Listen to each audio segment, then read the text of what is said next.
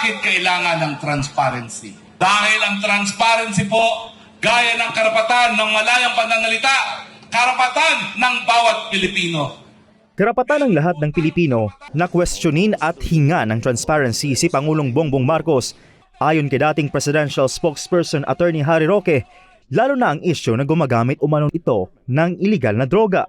Ani Roque, maaari kasing malagay sa alanganin ang seguridad ng mga Pilipino kung wala sa tamang pag-iisip ang Pangulo sakaling ito nga ay gumagamit ng ipinagbabawal na gamot. May karapat tayong magtanong, ikaw ba, Mr. President, nang kinakaladkad po kami sa gera, nasa sapat na pag-iisip ka ba o nasa impluwensya ng pulburon?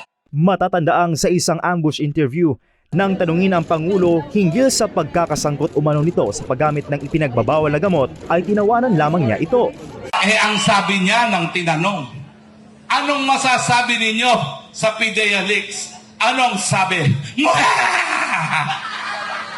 Tiklaptil.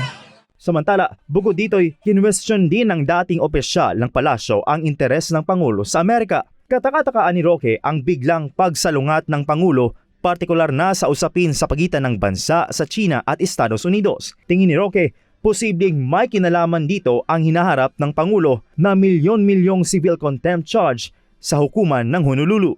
Ngayon po, ang ating presidente hinaharap 371 million civil contempt charge sa hukuman ng Honolulu dahil meron pong 2 bilyong dolyares na award sa mga biktima ng karahasan sa martial law at ayaw niyang sabihin kung nasan ang tagong nakaw na yaman ng kanyang pamilya. Hindi kaya na ang pagbalentong niya pagdating sa ating panlabas na relasyon sa China at ay Amerika ay may kinalaman sa nakaw at tagong yaman? Ano tingin nyo?